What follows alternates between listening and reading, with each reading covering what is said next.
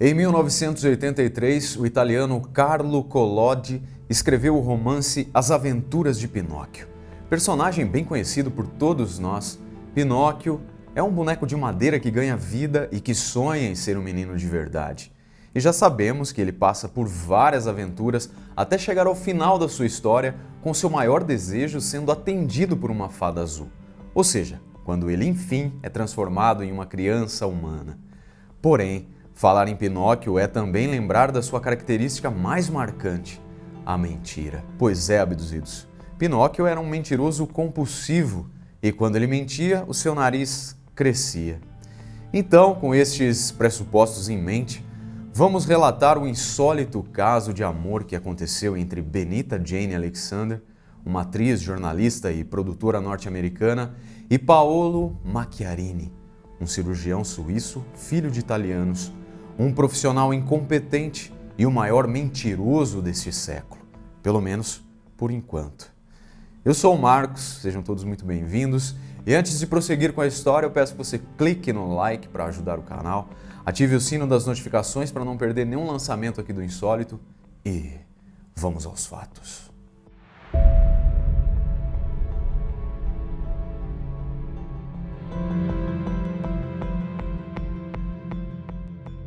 Benita Alexander teve uma infância difícil em Michigan e a situação piorou quando ela tinha 16 anos e sua mãe, que era professora, abandonou o lar.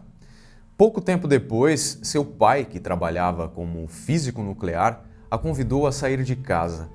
Apesar desse cenário desfavorável, ela sempre foi determinada e corajosa. Então, ela se formou em jornalismo em 1987.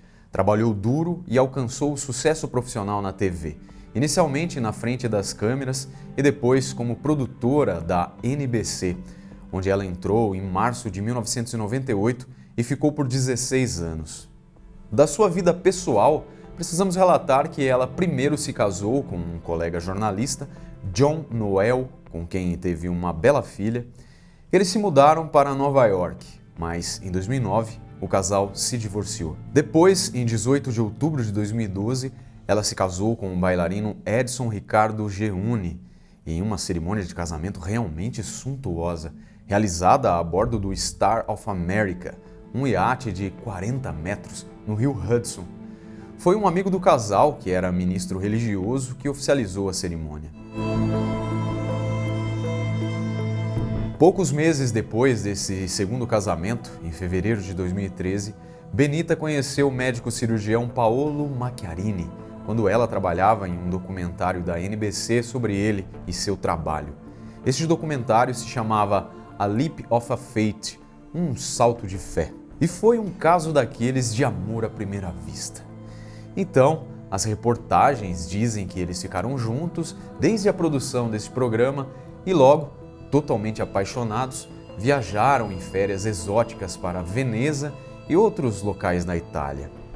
Também Grécia e Turquia. O Dr. Paolo comprou para ela lindos e caros brincos de cristal veneziano. Meses depois, na véspera de Ano Novo de 2013 e 14, ele a pediu em casamento dando a ela um anel de noivado de $100 mil. Os planos do casal incluíam, logo após o casamento, se mudar para a Europa, onde ele morava e trabalhava. O casamento seria realizado na residência de verão do Papa, o Palácio Papal de Castel Gandolfo, na Itália. Ninguém menos que o próprio Papa Francisco seria o anfitrião desse casamento.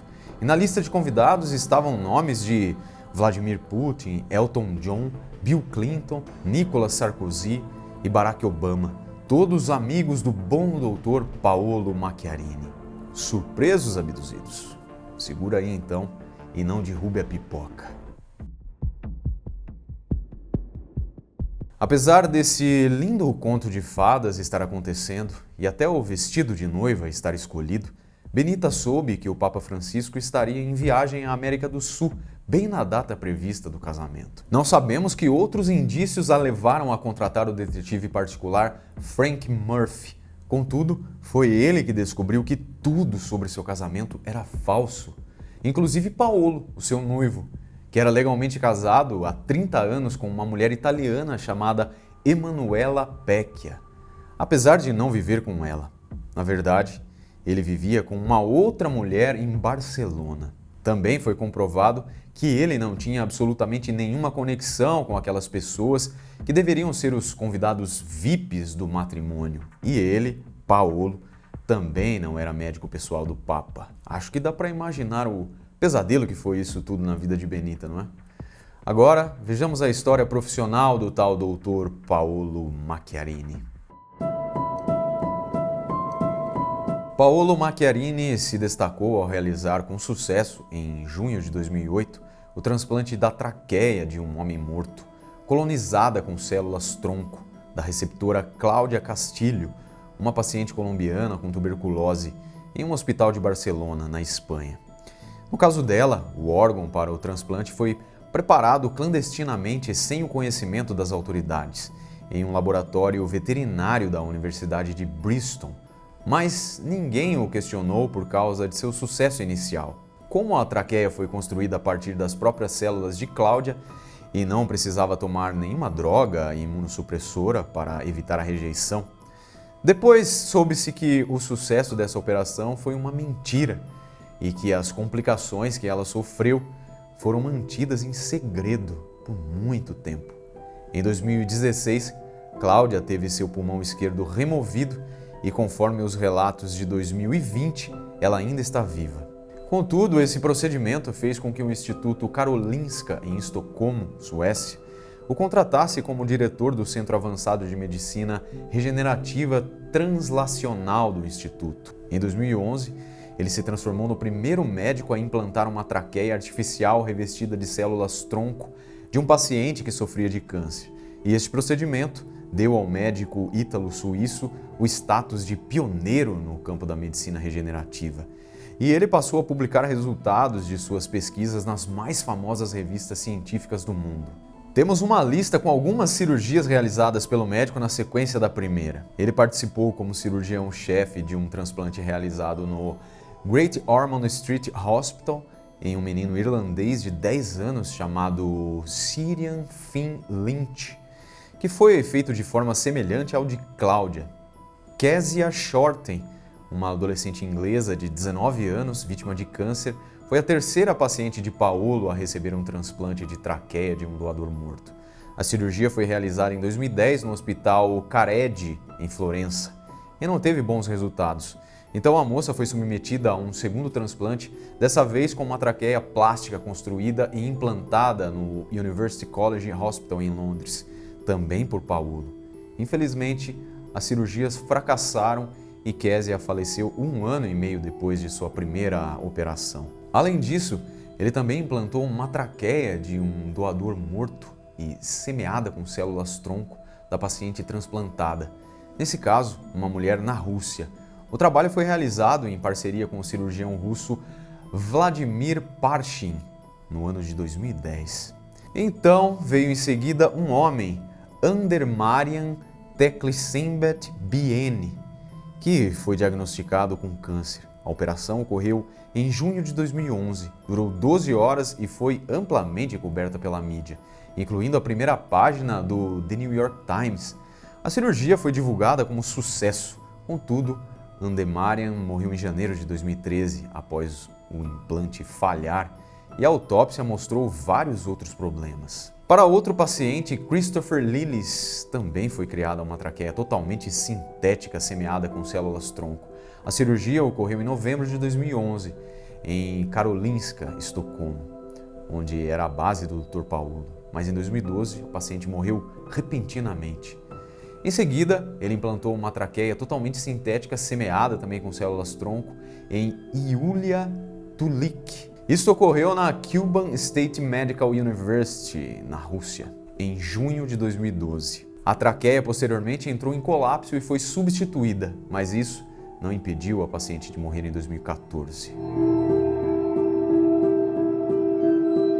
Pois bem, existem mais 6 casos similares de transplantados que, após as cirurgias do Dr. Paolo, pareciam estar em processo de recuperação, mas que, por fim, faleceram em poucos meses. Não acreditamos ser necessário relatar aqui cada um deles para a boa compreensão do cenário. Porém, é interessante conhecer o lado dos pacientes dessa história. Por exemplo, o pai da Késia, aquela paciente inglesa de 19 anos, expôs na internet, em diversas e longas entrevistas, muitos detalhes tristes relacionados ao sofrimento da filha, antes, durante e depois dos transplantes. Segundo ele, o Dr. Paolo nunca explicou que esse tipo de transplante estava em fase experimental. O médico era entusiástico ao falar de todos os outros casos, levando Késia e sua família a acreditarem que a técnica cirúrgica já era bem sucedida. Felizmente, a verdade estava muito longe disso. Aparentemente, existem pelo menos mais 2 pacientes, um homem e uma mulher, ambos cidadãos russos que foram operados pelo Dr. Paolo, mas seus nomes e destinos são desconhecidos. Ao mesmo tempo em que o médico enganava sentimentalmente Benita Alexander, ele se aventurava nos centros cirúrgicos violando todos os códigos de ética existentes, fazendo dos pacientes cobaias.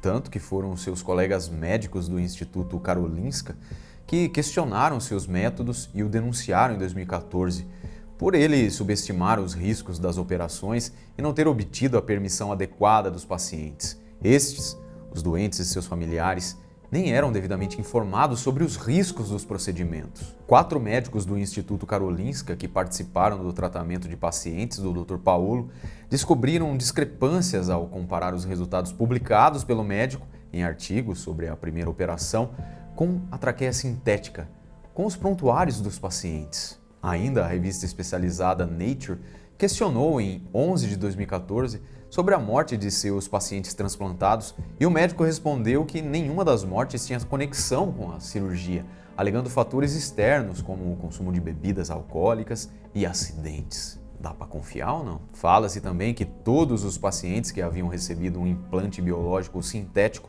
pelo menos 8 deles faleceram devido à má conduta do médico na pesquisa, à falta de atendimento adequado no pós-operatório, bem como ao seu desrespeito pelas práticas éticas. E aqui, vejam bem, o escândalo atingiu não apenas o Dr. Paolo, como também atingiu o próprio Instituto Karolinska, onde ele trabalhava e desenvolvia sua revolucionária medicina. Sabe-se que um inquérito independente foi realizado e este constatou má conduta do médico em 7 artigos científicos publicados, nos quais ele passava uma falsa impressão de sucesso ao reportar os seus resultados. O Instituto Karolinska, porém, em agosto de 2015, emitiu um parecer favorável ao cirurgião, colocando em dúvida não a conduta de Paolo Macchiarini, mas sim as investigações realizadas sobre o caso todo. Que imbróglio, hein, caríssimos? Abduzidos, rapidão aqui vamos contextualizar que o Prêmio Nobel é um legado deixado pelo cientista sueco Alfred Nobel, 1895, por meio da fundação que ele criou.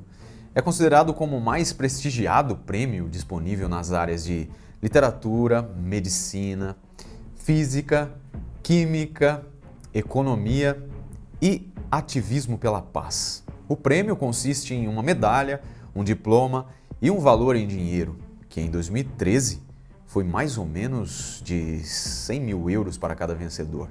Aqui, para nós, interessa saber que o Instituto Karolinska, justamente lá onde o Dr. Paolo trabalhava, é a instituição onde está o grupo de 50 professores que elegem todos os anos o Nobel de Medicina.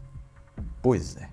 Com as denúncias pipocando contra o Dr. Paolo, a Real Academia de Ciências sueca, que entrega anualmente os prêmios Nobel de Física e Química, emitiu um comunicado no qual denunciava os defeitos e métodos de trabalho indefensáveis que causaram uma crise de confiança na pesquisa médica da Suécia. Então, em 2016, Anders Hamsten, principal responsável pelo Instituto Karolinska, deixou o seu cargo por ter defendido o médico, apesar da investigação assegurar que a conduta dele falhou na ética científica. Também Urban Lendahl, que era secretário-geral da Assembleia do Nobel e do Comitê de Entrega do Nobel de Medicina, renunciou pelos mesmos motivos, de ter sido um apoiador do Dr. Paolo, apesar das provas contra ele. Quanto a Harriet Walberg Henriksson, considerada como uma das pioneiras globais nos campos de fisiologia e diabetes,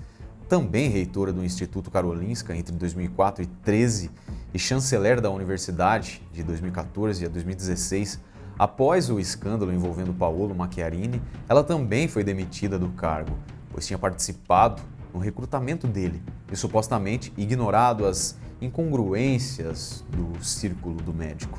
Em 29 de janeiro de 2019, esta Harriet Wahlberg e Christina Appelvist publicaram juntas o livro Quando a Mentira se Torna Verdade, sobre os acontecimentos após o caso Macchiarini. Os comentários sobre o livro vão no sentido de que as autoras se declaram inocentes e apontam o Dr. Paolo Macchiarini como o único culpado, tipo o bode expiatório dessa história suja que manchou a reputação do Instituto Karolinska.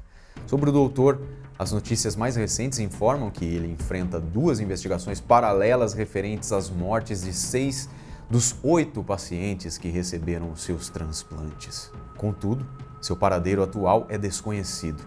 Provavelmente a Rússia. Finalmente podemos retornar para Benita Alexander, uma mulher corajosa que compartilhou toda essa sua história romântica insólita. Desde o momento em que conheceu o médico até se tornar a ex-noiva de Paolo Macchiarini. Ela postou no seu Instagram sobre o impacto que esse homem teve na sua vida e a partir disso ela recebeu mensagens de muitas mulheres com narrativas verdadeiras semelhantes à dela. Inclusive sua história é destaque no documentário He Lied About Everything, do Investigation Discovery. Nas palavras dela, infelizmente, isso pode acontecer com qualquer pessoa. Confie em mim, admitir que você foi enganada, especialmente se você é uma mulher inteligente e bem-sucedida. É extremamente doloroso, além do choque devastador de perceber que a pessoa que você amava nunca existiu. Você se sente estúpida, humilhada e envergonhada. Ela também acrescentou que recebeu mensagens anônimas que zombavam do sofrimento dela. Porém, esta lição amarga que a vida deu a ela foi transformadora, segundo as palavras de Benita. Há muito tempo aprendi a me manter forte contra tudo isso, por uma razão extremamente importante. Estou agora em uma missão para ajudar outras mulheres a exporem os homens que as enganaram. Também a conscientizar mulheres sobre os golpes românticos e a remover o estigma que existe nas mulheres que se apaixonam por um vigarista. Contudo, acreditamos que as palavras mais impactantes de Benita foram: quando me encontrei com as famílias de seus pacientes e falei com eles, foi horrível. Nós choramos juntos. O que aconteceu comigo não é nada comparado com o que aquelas pessoas sofreram. Este foi o caso de hoje. E se você curtiu o conteúdo de hoje, clique no like. Muito obrigado por assistir e até o próximo vídeo.